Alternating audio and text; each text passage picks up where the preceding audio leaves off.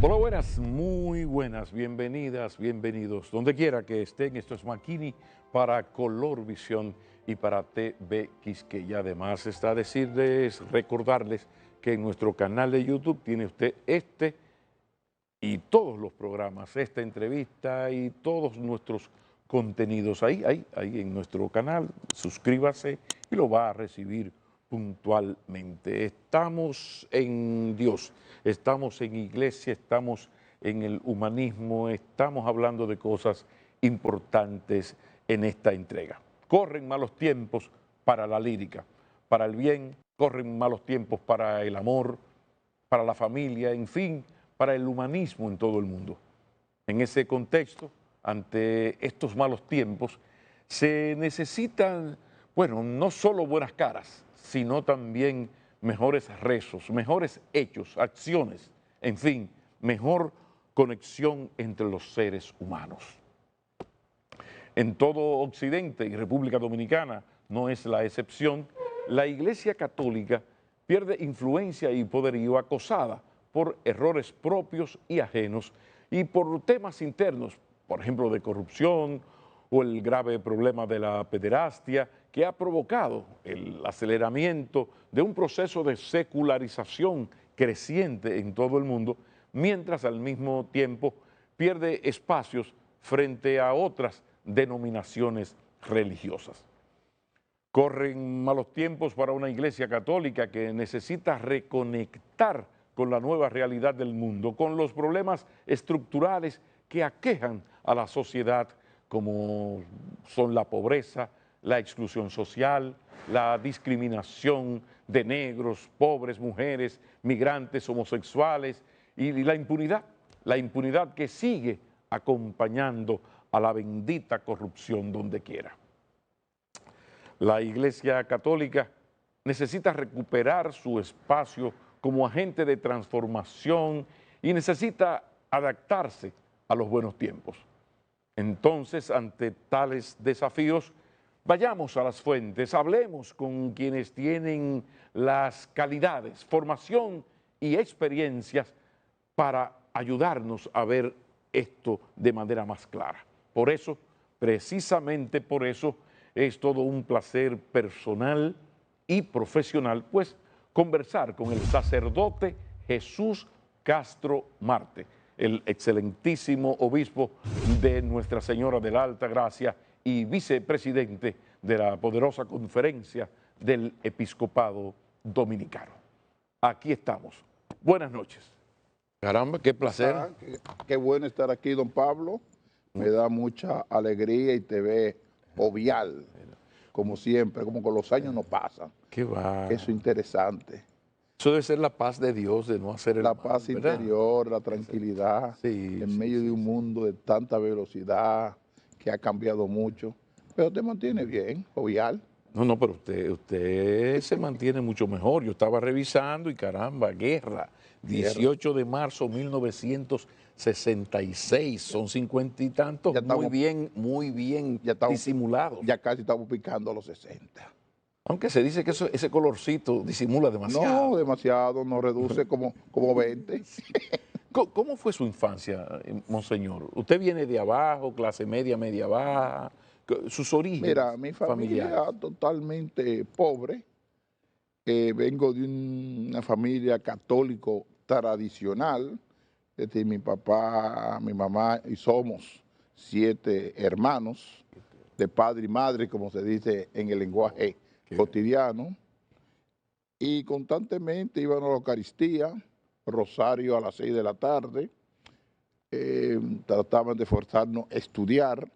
Todos mis hermanos son profesionales, gracias a Dios. Hay licenciado en matemática, licenciado en asuntos instalados de canal de televisión, que trabaja una hermana mía que está en Miami, y todos estudiaron. ¿Y la gracias a disciplina Dios. de dónde venía? ¿Del papá o de la mamá? ¿Cuál era el fuerte? Mira, Siempre hay uno de los dos. Siempre los padres son disciplinados. Es decir, mi papá era un hombre totalmente correcto y había un sentido también para combinar lo emocional.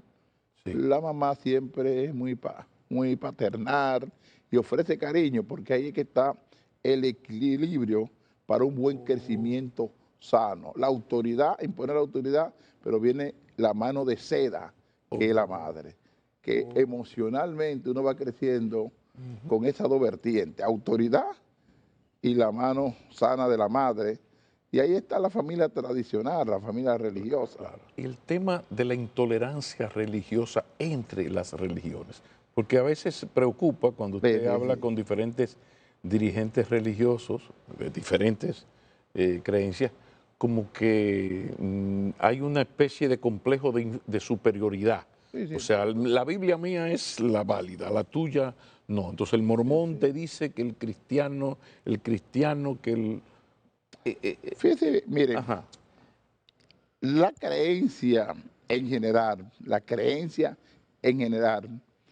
tiene su estilo y su forma de pensamiento que es igual a una forma de filosofar o de filosofía. Sí. El cristianismo en sí es un estilo de vida y por ser un estilo de vida hay unos lineamientos muy concretos. Por ejemplo, nosotros siempre vamos a predicar la unidad, porque ¿de qué principio parte Jesucristo? Sean uno, como el Padre y yo somos uno. Habla también de la grey, un solo pastor y un solo rebaño. Yo sé que hay circunstancias históricas, como pasó en el siglo XV, con nuestro hermano Martín Lutero, por circunstancia ideológica, por la interpretación de la Martín Lutero Biblia. no fue quizás Sí, la crisis ética que tenía la Iglesia Católica en ese momento puede ser, que produjo aquello. puede ser un aspecto, pero también existía el aspecto político. Fíjate bien, Lutero viene de Alemania y generalmente los alemanes desde tiempo histórico son personas muy cuestionantes. Claro. Y él vio realidades que existían en la iglesia, principalmente realidades humanas, no a nivel de fe. Ciertos comportamientos morales a él no le agradó, quizá él podía proponérselo al Papa y decir la iglesia debe cambiar, porque te coloco un ejemplo sencillo. Un gran revolucionario que produjo la iglesia fue Francisco de Asís, aproximadamente en el siglo VIII de la era cristiana, que él le demostró al Papa que la iglesia tenía que volver a sus raíces, porque no en esa grandeza, en ese poder, no, ese no es el estilo ¿Y de por la qué no le iglesia. hicieron caso si hay una iglesia anterior al convenio con el Imperio Romano, que era la iglesia de los pobres, de la catatumba, de María Magdalena, de los humildes, los del montón salidos? Y un Francisco de Asís es un poco el gran defensor de ese sacerdote, de ese cristiano como servidor de los demás, aquello de que hay que dar hasta donde duele, todo aquello, pero de repente hay una iglesia que en la medida que se convierte en la iglesia del Estado, pues comienza como a bifurcarse. Hay una iglesia de las bases y una iglesia de la cúpula. Sí, vamos, ¿En qué terminó mira, o sea, esa cuestión de esa crítica de Francisco no, de Asís? te entiendo, A ver. te entiendo perfectamente. Fíjate bien, Constantino es que comienza la relación entre iglesia y el Estado.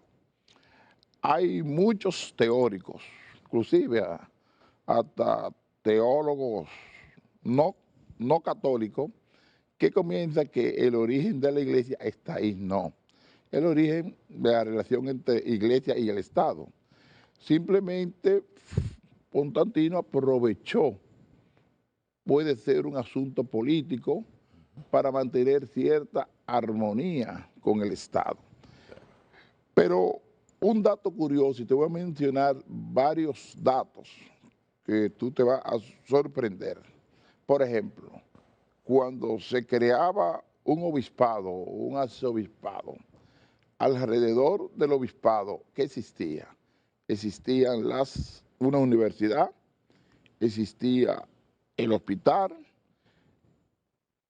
y ciertos elementos para cubrir las necesidades fundamentales de salud y de educación al ser humano. Era una sociedad en la cual todo giraba en torno Alrededor de la la iglesia, educación, la salud, la todo salud. giraba a partir Entonces, de... se creaban, el origen del hospital fue por la iglesia, el origen de la universidad fue por la iglesia.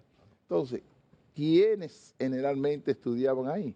Eran los ciudadanos y las ciudadanas de aquel tiempo y que tenían la obligación por compromiso religioso y el catolicismo de esos jóvenes estudiantes. Entonces, el aspecto social comienza desde la Edad Media. Muchos ven la Edad Media como la edad de la oscuridad y eso es una falsedad, porque ahí es que comienza el rayo de la sabiduría, del entendimiento del ser humano Quizás por porque las artes. quizás Monseñor todavía no había llegado entonces lo que llegó luego, que es el tiempo de la apertura y de que la iglesia compartiese ese control de la ciencia con el resto de la sociedad. No, hay que entender que el mundo va cambiando y a veces el hombre necesita lo que se llama la libertad. Ya aproximadamente en el siglo XV de la era cristiana, ya aparecen, por ejemplo, pensadores libres, Descartes, Kant, ya en el siglo XVI, diciendo, pienso, luego existo, la centralidad antropológica del hombre, que todo está centralizado en la persona humana, y ahí el propio Martín Lutero aprovecha esa crisis, o esos filósofos aprovechan esa crisis, porque con la apertura y la reforma de Martín Lutero se despertaron también los pensamientos filosóficos. Ahí va a surgir la época moderna, ahí va a surgir Descartes, ahí va a surgir Kant, ahí va a surgir después en el siglo XVII la famosa Revolución Francesa, después en el siglo XVIII el existencialismo, va a surgir el vitalismo, el hombre ha muerto con con la Federico ilustración y con la ilustración y viene el choque viene el con la choque. iglesia católica, se le comienza la iglesia a perder ese poder. En la crisis siempre nos saca la madurez, porque apareció un gran hombre llamado San Ignacio de Loyola. ¿Qué hizo San Ignacio de Loyola?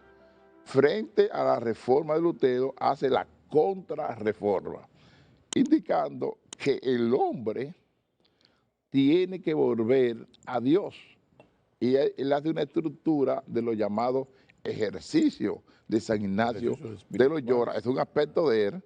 Y después el otro elemento son los centros educativos superiores con orientación de los jesuitas para ayudar a los jóvenes en el campo universitario para que comprendan a un Dios diferente, no a un Dios de la grandeza, del poder. Y ahí no surge la contradicción entre los jesuitas de esa época con la cúpula de la iglesia. Sí, porque había como una especie de revolución interna. Mira, hay un refrán que los jesuitas que eran un poquito rebeldes, le llamaban inclusive al superior de los jesuitas el Papa Negro, es algo popular. Sí. Inclusive los jesuitas tenían que hacer un voto, o lo hacen todavía, un voto para obediencia al Santo Padre.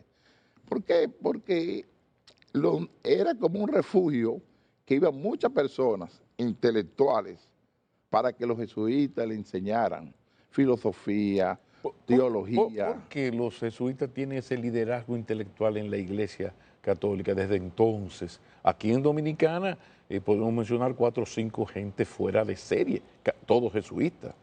¿Por qué? Padre Sáez, Padre Villaverde, no, porque es un Padre bien, Cabeza, gente es maravillosa. Un bien de la iglesia, porque la iglesia siempre tiene un espacio para todo, para aquellos que tienen espacio de rebeldía, para aquellos que quieren pensar, interpretar la Biblia, y encontrarán una congregación que le podemos decir, Sí. no de avanzada, sino de cierta apertura y de acoger al mundo intelectual.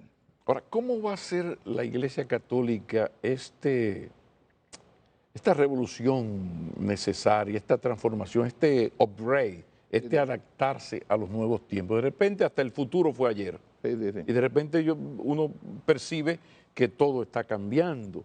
Y la Iglesia Católica, por ejemplo, en un mundo donde se habla de la igualdad de oportunidades con las mujeres, la Iglesia insiste en no ceder el espacio a las mujeres. O sea, hay aspectos de la Iglesia que quizás, pongo el quizás, podría estar afectando su aceptación, que es lo que quizás explica que en los últimos 20, 30, 40 años la Iglesia Católica ha ido perdiendo apoyo ante las otras iglesias, incluso otras religiones.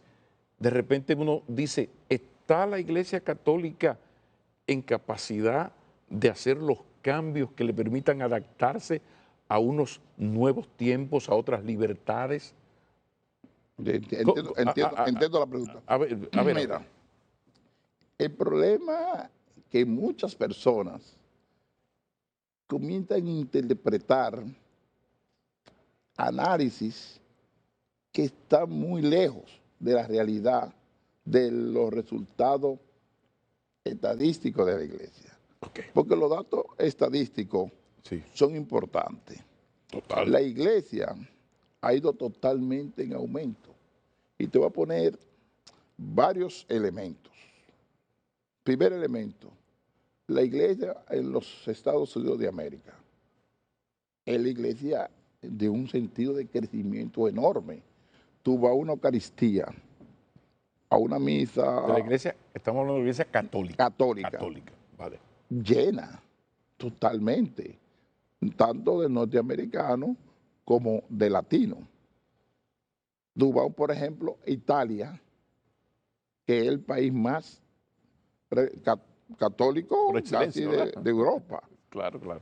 España tiene una actitud de reverdía por las circunstancias que sea, por los sistemas políticos que ha tenido influencia, porque el problema a veces no es el cristianismo, el problema es la propia iglesia, Porque que ellos tienen rebeldía. En el cristianismo entran todos. Sí, sí. Estamos hablando específicamente de los católicos en Italia, en Francia Sí. o en España, por Hay ejemplo. cierta rebeldía histórica, cierta rebeldía y muchos dictadores que favorecían a la iglesia en el sentido de la relación entre iglesia y el Estado, y eso lo den los jóvenes, y eso crean rebeldía.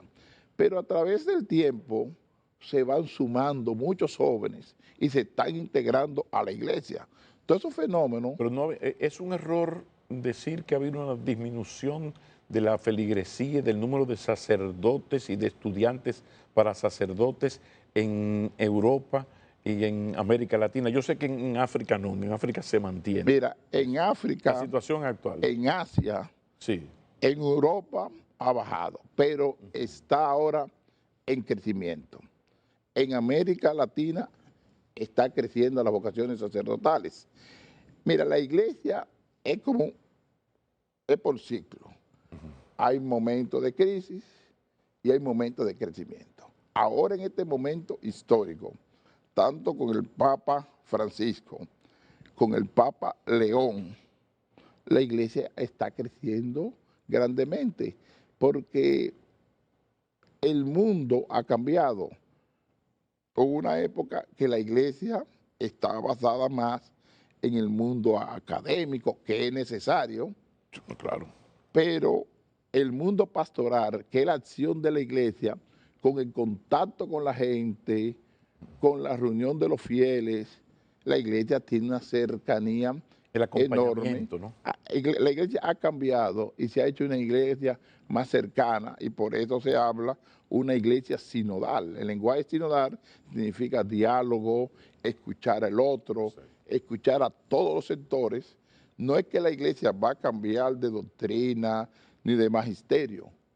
Hay que escuchar a los bautizados. Y el tema de la tolerancia al diferente, la tolerancia al otro que no piensa, que cree en mí, pero es bautista. Digo que No, cree en Dios, pero, o sea, porque a veces existe en las religiones, insisto, una especie como de arrogancia, ¿no? Mi Dios y mi Biblia, y sí, la sí, sí. tuya. Mira, Y, ¿Se ha mejorado en eso? ¿Se ha pensado un poco en eso en estos tiempos? sí, no. Hay un departamento en el Vaticano exclusivamente trabajando eso, el diálogo con las otras religiones. Y eso es constantemente reuniones por todos los continentes. Sí que hemos crecido grandemente en el diálogo de las otras religiones, porque hay muchos elementos comunes. Un elemento común es el amor. El amor no tiene religión. La capacidad de perdonar al otro, la capacidad de tener cierta comunión, no en el sentido eclesial, sino comunión de sensibilidad social, comunión con los pobres, comunión con los inmigrantes. Todos esos temas son comunes y la iglesia constantemente está en diálogo porque no podemos ser indiferentes a problemas sociales que Ok. tienen otra religión. ¿Qué tan vinculada, comprometida está la Iglesia Católica Dominicana con los grandes problemas de las minorías dominicanas? Estamos hablando, por ejemplo, del tema de las mujeres, estamos hablando del tema de la pobreza, por Sí, supuesto, sí. pero aquí hay un tema terrible, que es el tema de dominicanos negros, negros, muy negros, pobres, pobres, dominico haitianos, negros, negros, muy pobres, Sí. o haitianos negros, negros muy pobres, que ni siquiera, porque son el proletariado nacional, reciben el mínimo respeto. ¿En qué está la Iglesia Católica Mira, la iglesia ante eso? constantemente, Hay preocupación, sí, pero sí. hay ocupación. Sí, mira, la iglesia generalmente ve las leyes inmigratorias. Esto es lo primero, porque tenemos que respetar las leyes de un Estado. A Dios lo que es de Dios y al César lo Entonces, que es del César. pero la sensibilidad y la dignidad humana de esos seres humanos, uno tiene que defenderla, de la nación que sea. Lo que tenemos que luchar para que exista dignidad humana y que los gobiernos, tanto de República Dominicana como el gobierno de Haití, traten de buscar facilidades. No digo salida legal, no digo eso, facilidades entre los dos gobiernos. Pero ¿qué está pasando? Que en el otro lugar, Haití, no hay estabilidad de gobierno. No. Es decir, ahí mandan las bandas. Pero hay un tercer elemento que no se quiere comprometer, que generalmente es la comunidad internacional. Mira, con una parte mínima de un presupuesto de la comunidad internacional y hacen una opción radical contra las bandas, contra esos grupos rebeldes que hay en Haití, generalmente se resuelve el problema. Y Haití se convierte en un país productor. Comienzan a construir zona franca, comienzan a construir medios de producción para llevarlo a otros países. Quizá la mano de obra salga hasta más barata. Claro. Y Haití se convierte en un país productor de bienes y servicios para el extranjero y para esto. Pero tiene que tener cierta estabilidad para la inversión. Y yo estoy seguro que si hay inversión extranjera en Haití, por ejemplo, en la parte turística, que tienen buena playa, y la parte natural, Claro. aquí se disminuye un 70% Sí. de la movilidad de Haití hacia la Claro. República Pero Dominicana. Nosotros estamos ofreciendo educación de calidad, muy de calidad, a los pobres y marginados. Esa misma educación que reciben en NACO, lo están recibiendo los pobres en la Romana,